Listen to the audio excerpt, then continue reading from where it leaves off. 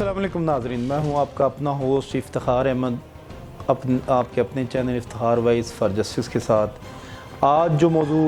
हम आपके लिए लेकर यहाँ पे आए हैं वो मौजू है कि आपका चेक अगर आप किसी को देते हैं तो उसके क्या क्या तरीक़ाकार होने चाहिए। जब आप उसको चेक दे देते हैं, जिसको देना पड़ता है, बाद दफ़ा कारोबारी मामलात में देना पड़ता है, बाद दफ़ा लेन देन के इश्यूज़ आ जाते हैं, तो उसमें अगर आप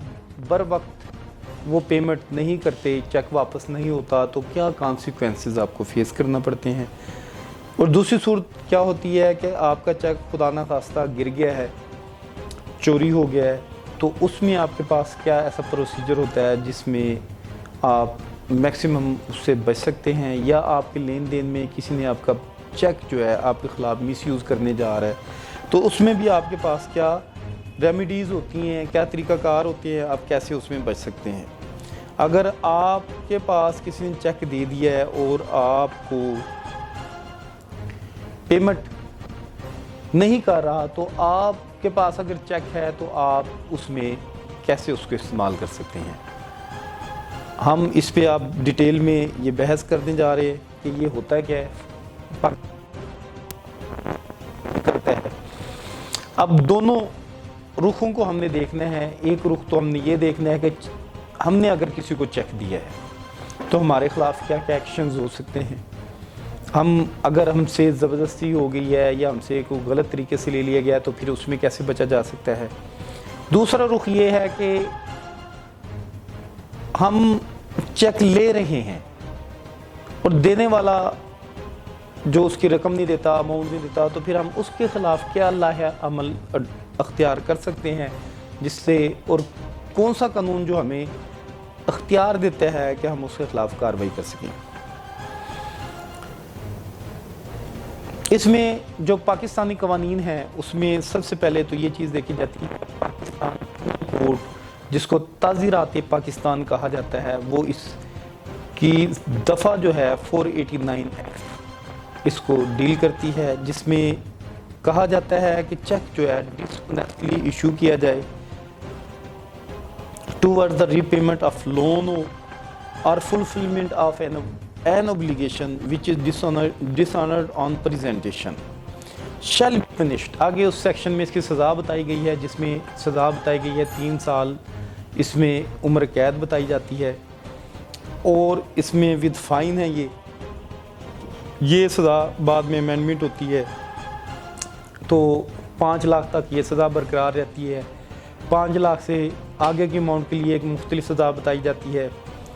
ये फिर इसमें ये देखा जाता है कि ये क्या इसमें फर्दर मामलात हो सकते हैं कि नहीं हो सकते। अब बिलफर्ज हम एक करैक्टर बिल्ड करते हैं, उसका नाम हम कहते हैं कि अली उस करैक्टर का नाम है।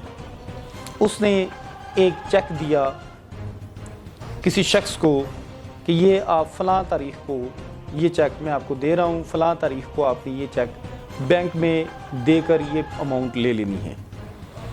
अब उस तारीख़ को जब आप बैंक में जाते हैं, जब आप जाकर चेक पेश करते हैं, तो अली नामी करैक्टर का वो चेक डिसऑनर हो जाता है।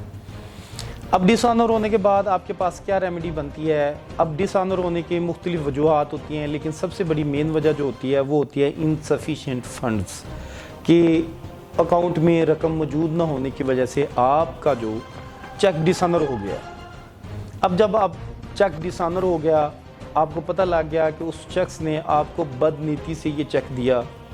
जबकि उसके अकाउंट में अमाउंट नहीं थी, ना उसने आपसे रब्ता किया, ना उसने आपको बताया कि भाई मेरे अकाउंट में पैसे नहीं हैं, आप ये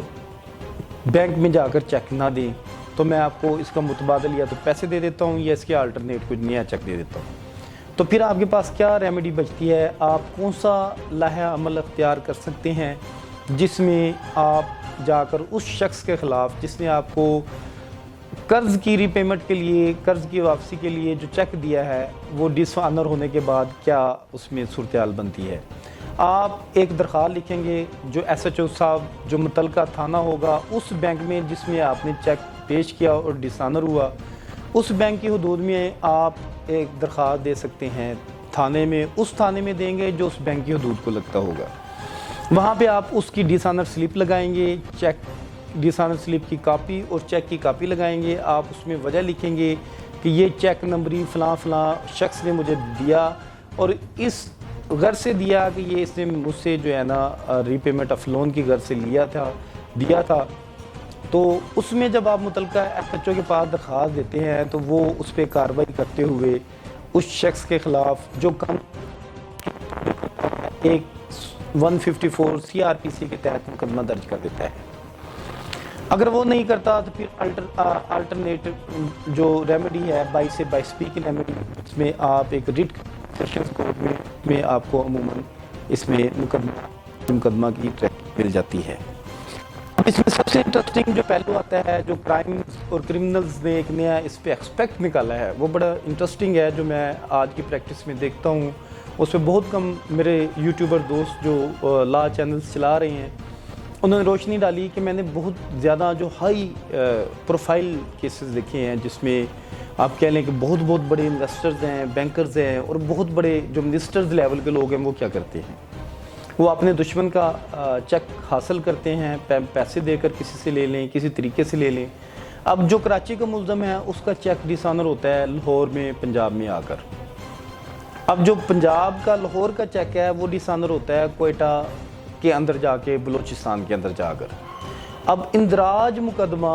کہاں پہ ہوگا؟ آپ کراچی سے بلونگ کرتے ہیں، آپ کے خلاف مقدمہ درج ہو رہا ہے لاہور کے اندر، تو آپ کو پتہ ہی نہیں ہوتا کہ آپ کے خلاف لاہور میں ایک مقدمہ درج ہو چکا ہے. پھر بڑی خاموشی سے پولیس لے کے جاتے ہیں، وہ مینج کرتے ہیں، پولیس کو پیسے لگاتے ہیں، وہ جا کے کراچی سے بندہ اٹھا کے لے آئیں گے لاہور اس تھانے میں جہاں پہ جس کی حدود میں وہ بینک تھا جہاں پہ چیک ڈسآنر ہوا. اور پھر کیونکہ کراچی سے لاہور آتے ہوئے اس کو پیچھے جو پرسو کرنے والے ہوتے ہیں لوگ کیسز، ان کو بڑا ٹائم چاہیے ہوتا ہے اور اس دوران وہ من مانی کی تفتیش کروا لیتے ہیں، اس سے مرضی کے ایگریمنٹس لکھوا لیتے ہیں، مرضی کے اس سے دوبارہ چیکس لے لیتے ہیں اور مرضی کے اپنے جو ان کے الٹیریئر موٹیوز ہوتے ہیں ان کو پورا کیا جاتا ہے. اب جب ان باتوں کو آپ مد نظر رکھیں، یہ میں نے ایک اسپیکٹ آپ کو دکھایا کہ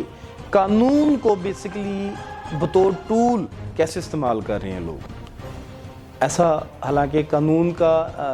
کی انٹینشن یہ نہیں تھی، لیجسلیچر جو قانون ساز ادارے تھے ان کی انٹینشن یہ نہیں تھی کہ 489F کا قانون بنایا جا رہا ہے، اس کو اس طرح میس یوز کر کے کسی کو بلیک میل کیا جائے. اس کے بعد اندراج مقدمہ کے بعد ایک قانونی مشینری ایکٹیو ہوتی ہے، وہ اپنا کام پورا کرتی ہے، وہ اس شخص کو گرفتار کیا جاتا ہے مطابق قانون. اس کے بعد اس کی بیل رکھی جاتی ہے واٹس ایور، اس پہ ایک الگ سے ویڈیوز جو درکار ہیں اگر ہم ان کی طرف چل پڑے تو یہ سیگمنٹ بہت لمبا ہو جانا ہے. اب یہ تو ایک اسپیکٹ ہو گیا اس شخص کے لیے جس کو کسی نے چیک دے دیا بد دیانتی سے. اب کیا اندراج مقدمہ کے بعد وہ جو اماؤنٹ ہوتی ہے چیک کی، کیا وہ اس میں مل جاتی ہے اس کو؟ نہیں، وہ نہیں ملتی، ریکوری اس میں نہیں ہو سکتی. 489F کا سب سے جو ایک طریق پہلو ہے، اس میں ملزم کو ریمانڈ بھی نہیں ملتا. اس میں ملزم کو فوراً پولیس پکڑ کے لاتی ہے، مجسٹریٹ کے پاس پیش کرتی ہے ودن 24 آورز. اس کے بعد پیش ہونے کے بعد جب وہ مجسٹریٹ سے جوڈیشل ہو جاتا ہے تو اس میں ریکوری کا اسپیکٹ اس کا ختم ہو جاتا ہے. ریکوری کا اسپیکٹ ختم ہو جاتا ہے، پھر اس کے لیے ایک الگ سے پروسیجر جو ہماری CPC کا آرڈر 37 کا دعویٰ ہوتا ہے جس کا سمری ٹرائل ہے، جو سوٹ فار ریکوری ہوتا ہے آن دا بیسس آف کہہ لیں کہ نیگوشیبل انسٹرومنٹس ہوتا ہے، کیونکہ چیک ایک نیگوشیبل انسٹرومنٹ ہے. تو پھر وہ آپ کو ایک الگ سے ایک سیور ریمیڈی اختیار کرنا پڑتی ہے، وہ آپ اڈاپٹ کرتے ہیں، اس میں آپ اپنے پیسوں کی ریکوری کی طرف جا سکتے ہیں. اور وہ ایک کہہ لیں کہ افیکٹو ریمیڈی ہے جو کہ اگر اختیار کی جائے تو آپ کی ریکوری ہونے کے 99% چانسز ہوتے ہیں. اب دوسرا اسپیکٹ کیا ہے؟ اگر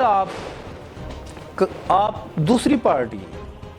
آپ نے کسی کو چیک دیا، اب ہم یہ بات کریں گے کہ جس کے ساتھ جنرلی حقیقتاً کوئی فراڈ ہو رہا ہے، یعنی آپ نے چیک دے دیا، اسے پیمنٹ لے لیا، آپ کا چیک دینے سے انکار کر رہا ہے، آپ کا چیک گر گیا، سائن شدہ تھا، اب وہ خطرہ ہے کہ چیک جو ہے وہ کہیں پہ آپ کا گر گیا، مس یوز نہ ہو، تو آپ بینک میں جا کے سٹاپ پیمنٹ کا اختیار استعمال کر سکتے ہیں، جو کہ ایک بینک میں ایک ایسے ہی حالات کے لیے ایک داد رکھی ہوئی ہے. اگر اس کے باوجود آپ اگر किसी को चेक देते हैं कारोबारी लेन देन में, उसमें वो शख्स चेक ले लेता है और पेमेंट भी ले लेता है और आपका चेक नहीं देता, तो उसमें एक दावा किया जाता है सिविल साइड पे, उसको कहा जाता है रेंडिशन ऑफ अकाउंट्स, दावा फहमीद हिसाब वो किताब, जिसमें आप उसके साथ एक दावा करते हैं कि आओ आप अदालत के थ्रू मेरे साथ ये बैठ के हिसाब किताब करो, मुझसे जो मेरे पास शाहिद हैं, सबूत हैं, शहादतें हैं कि मैंने तो आपकी पेमेंट दे दी हुई है, आप मेरा चेक बददियानती से वापस नहीं कराएं। दूसरी ये रेमेडी भी मौजूद है। तीसरी ये रेमेडी मौजूद है कि अगर आपने श्योरिटी चेक, जिसमें सुप्रीम कोर्ट तक की साइटेशंस मौजूद हैं, आप अपने चेक के पीछे लिख के दे देते हैं कि मेरा ये चेक जो श्योरिटी चेक है, सिक्योरिटी चेक है, और ये for the purpose of encashment नहीं है कि ये चेक आप बैंक में देकर इसको कैश करवाएं या आप इसको मेरे ख़िलाफ़ इस्तेमाल करें, ये उस मकसद के लिए नहीं है। ये मैं आपको अमानतन चेक दे रहा हूँ, इसके एवज़ मैं आपको रकम दूंगा, ये आप बैंक में इस्तेमाल नहीं कर सकते। तो इस पर भी सुप्रीम कोर्ट तक ये कानून सेटल है कि इसमें फ़ौरन ही बेलें मिल जाती हैं ऐसे मामलात में। और इसके अलावा अगर आपका चेक गुम हो गया तो आप रपट गुमशुदगी भी करवा सकते हैं, चेक चोरी का इंदराज मुकदमा भी हो सकता है। इन सूरत हाल में जो शख्स उस चेक को इस्तेमाल करेगा तो वो उसमें अपने जो नफीरियस और अल्टीरियर मोटिव्स होते हैं वो दोनों मकासद में कामयाब नहीं होगा। अब हमने आज सिर्फ इस दो एस्पेक्ट को चेक्स के लेके बात की। वो दो एस्पेक्ट्स कौन से थे? हमने एक कानून बताया कि 489F PPC पाकिस्तान ने ताज़ीरात पाकिस्तान जो का सेक्शन है 489F वो इसको डील करता है, उसमें सज़ा कितनी है, उसके बाद उसका तरीक़ाकार क्या है।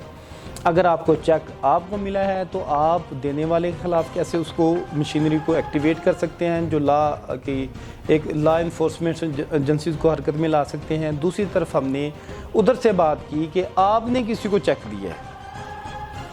और आपने उसका कर्ज नहीं देना, आपकी कोई बदनीति नहीं है, तो फिर आप क्या क्या टैक्टिक्स प्ले कर सकते हैं, कैसे उससे बचा जा सकता है कि वो चेक आपके ख़िलाफ़ मिसयूज़ हो। आज हमने इन दो मोटिव्स पे बात की और दोनों मोटिव्स पे बात करने के बाद आज हमने आपको मुख्तसरन एक 489F का सिनेरियो दिया। इस पे हम डिटेल में अब मज़ीद आर्डर 37 का दावा क्या होता है, मज़ीद हम आपको बताएंगे कि अमाउंट कितनी हो तो ज़मानत इसमें 489F में कितनी जल्दी हो जाती है या बाद में होती है, इसमें रिमांड क्यों नहीं होता, और आप कैंसिलेशन ऑफ चेक का जो दावा है वो कैसे कर सकते हैं, क्वैशमेंट इसमें हो सकती है कि नहीं हो सकती, ये एस्पेक्ट हाई कोर्ट आपको इसमें कितना रिलीफ देता है। पाकिस्तानी हाई कोर्ट, इंडियन कि कंपाउंडेबल जो जराइम होते हैं उसमें FIR क्वैश की जा सकती है, लेकिन पाकिस्तानी हाई कोर्ट में अभी सुप्रीम कोर्ट के जो प्रेसिडेंट और हाई कोर्ट के FIR क्वैश नहीं हो सकती।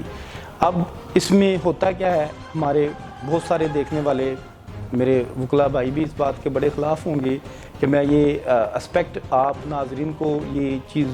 बता रहा हूँ, ये कैसे हकीकत दे रहा हूँ कि आपकी जेबें खाली ना हों, क्वैशमेंट के नाम पे आप लाखों में फीसें ना भरें। आपको जो बताया जा रहा है वो ये है कि क्वैशमेंट में इसमें चांसेस नहीं होते। एक टाइम था कैंसिलेशन ऑफ चेक के केसेस में भी स्टे मिल जाया करते थे, लेकिन फिर SOPs बना दी गई, फिर प्रेसिडेंट्स हाई कोर्ट की आई जिसमें कहा गया कि नेगोशिएबल इंस्ट्रूमेंट और बिलखुसूस चेक्स की शक्ल में आप स्टे नहीं देंगे, और आप उसको जो एक सिस्टम है कि लॉ की इन्फोर्समेंट एजेंसीज एक्टिवेट होती हैं, वो एक अदारे की शक्ल में काम करती हैं, उनके राह में रुकावट हायल नहीं करेंगे, इससे पूरा सिस्टम मफलूज हो जाता है। तो लिहाजा आज आपको इनके साथ ही मैं आपसे इजाज़त चाहूँगा। मज़ीद मैं डिटेल्स में cancellation of cheque, quashment of FIR और फर्दर के रेंडिशन ऑफ अकाउंट्स, इन केसेस में आप कब कर सकते हैं, मैं इन तीनों एस्पेक्ट्स को आपके सामने इन्हीं वीडियोस के ज़रिए लेके आऊँगा ताकि आपको आगाही रहे, आप जानें आपके कीमती कानूनी हकूक़ क्या हैं। और इसके साथ ही मुझे इजाज़त दीजिए, आपका होस्ट इफ्तिखार अहमद आपसे इजाज़त चाहता है। हमारे चैनल को सब्सक्राइब करें, लाइक करें और शेयर करते रहें ताकि ये कीमती से कीमती मालूमात सदका जारिया बन के आपके दोस्तों, अजीज़ों, अकारब और दीगर शहरियों तक पहुँच सके। ان کو فائدہ ہو سکے، ان کو پتہ لگے کہ اگر یہ حالات ہوں، آپ دونوں میں سے کوئی ایک فریق ہیں تو آپ کیا کیا اپنے لیگل رائٹس استعمال کر سکتے ہیں۔ اس کے ساتھ اجازت چاہتا ہوں، آپ کے اپنا ہوسٹ افتخار احمد کو اجازت دیجیے۔ اللہ حافظ۔